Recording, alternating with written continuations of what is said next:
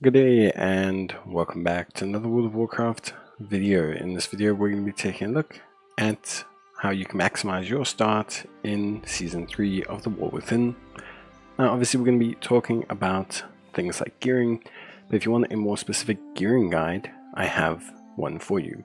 This is mainly going to be talking about how you can get yourself up to speed in the game, making sure that you're not really missing out on any major benefits, or that you obviously can switch between alts quickly, etc. So obviously first and foremost will be the major quest line. You want to complete chapter 4 as quickly as possible on your main. There's a couple reasons for this. The first two main reasons are gear and alt related, because obviously if you get to chapter 4 you are then able to skip to the Omega Forge raid. This allows you to not only collect the Reshi wraps along the way on your alts, but also allows you to collect the story mode quest, which will allow you to craft yourself a 704 item. So there's essentially two free items. Obviously the gear along the way is pretty good, but also by getting to chapter 4 you unlock all of the different activities in Koresh, being the ecological succession quest line, being warrants, being your weekly world boss, etc. All of which help your account, help you gain rep with the Koreshi Trust, and generally speaking allow you to get all the resources you'll need to play the season. Skipping the story on your alts is incredibly simple from that point onwards. You can very easily skip the story from the second quest onwards, and this essentially allows you to rapidly get good free items on that character. So let's talk about free items, and especially free items that will help you in the endgame. If you go to the Delver's headquarters in Dornogal, there will be a free belt for you, the disc belt. You will no longer have the powers from the overcharged season, but by simply completing a delve, you will be able to obtain the belt. Because you can do this delve on any difficulty, it doesn't matter what you do. Go and complete any nearby delve on the lowest difficulty and you can obtain it. You can then further upgrade it by coming back here, accepting quests every time you complete a delve, and getting it all the way up to 701, which is a pretty nice upgrade, all things considered. The other two free items, one is obviously the Reshi wrap that you will obtain on your main after completing chapter 3, and of course you can use your alts to get it as well. A nice big upgrade that you can very quickly empower based on your progress on your account, all the way up to 720 and beyond, which is great, depending on how many ethereal strands you've collected with your main.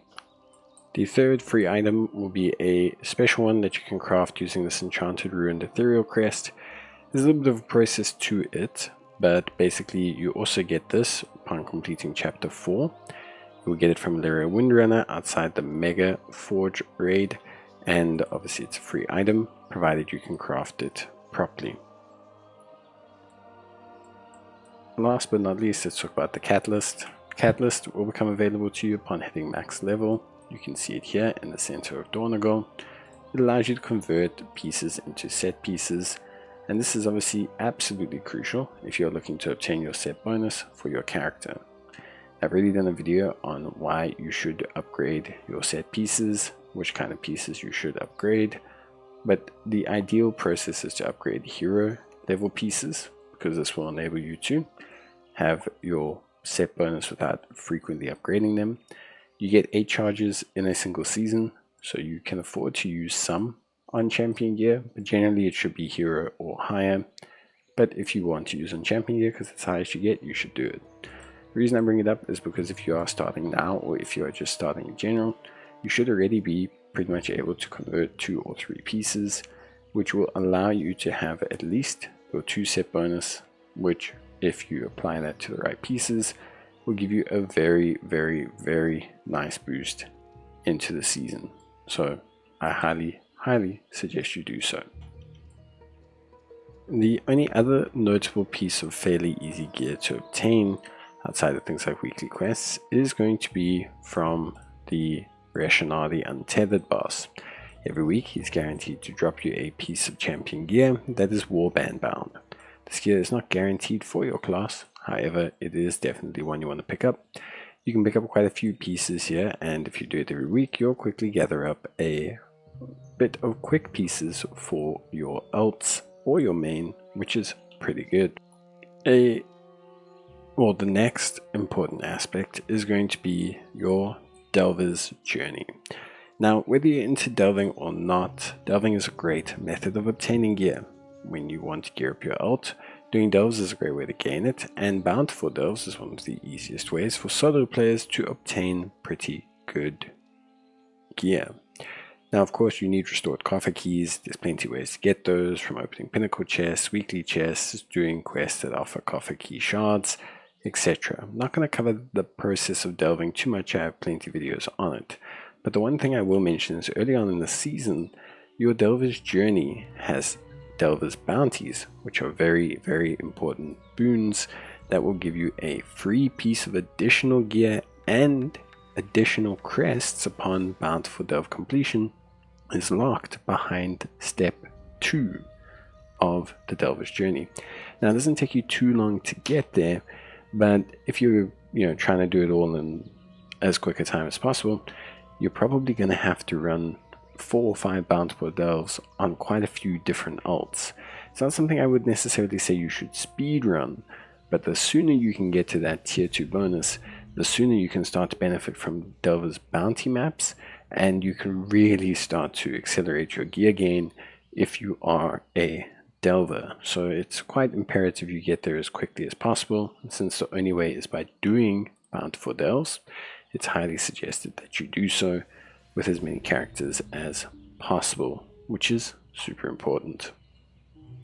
This one is more for ults or players who are returning after a while. If you are playing on an ult, do not be scared to go to old Renown vendors on that character and pick up a whole bunch of quest rewards. The crests will have been updated to Season 3 crests.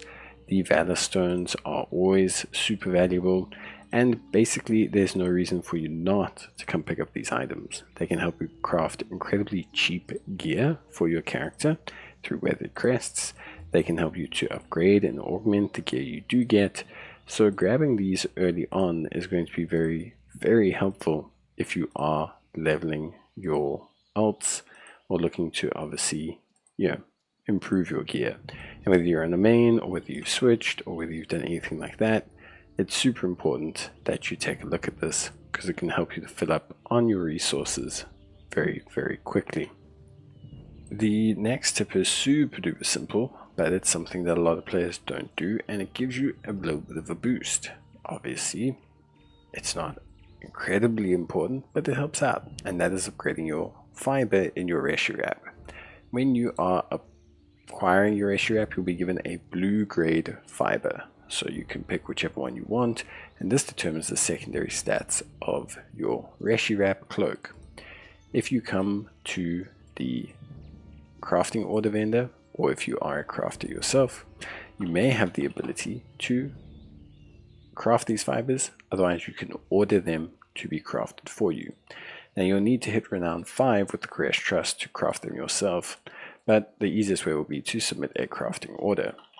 Pick the one you want, buy the items for it, and then you will be able to have a upgraded secondary stat gain from your cloak. And because you can upgrade the cloak with all your ults, by doing this on all of your ults, you can give yourself a nice secondary stat boost whilst also upgrading your Reshiram.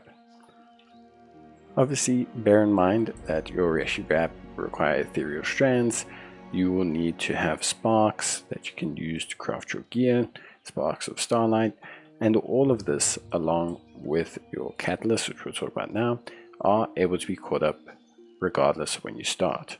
So even if you start right now, you can go and get 5 sparks of starlight or fractured sparks of starlight in a single week. You can get enough strands for your cloak to fully upgrade it, and there's just plenty that you can do to catch up. So you don't have to worry about falling behind or starting too late, being weekly tied. You can catch up to wherever current players are within the week barring obviously being able to do as many delves or dungeons that they have done. But it's something that is incredibly important, and so you can catch up. From that point onwards, the world is pretty much entirely yours. Like I said, you can do all of this without doing any remotely hard content. Feel free to engage in LFR if you want to gauge bosses and get gear, work on your Mana Forge Vandals Renown line, which will allow you to get buffs when you partake in the raid. Feel free to do Mythic Plus, like I am starting to do, to get into that level of content, or feel free to do the highest level of delves possible. And if you're interested in partaking in player versus player, there's also always that avenue. So there's plenty to do in World of Warcraft, but hopefully after watching this video, you'll have gotten your start off to the point where you are very comfortable questing, exploring, or picking your next level of PvE or PvP content. That's it from me. Bye.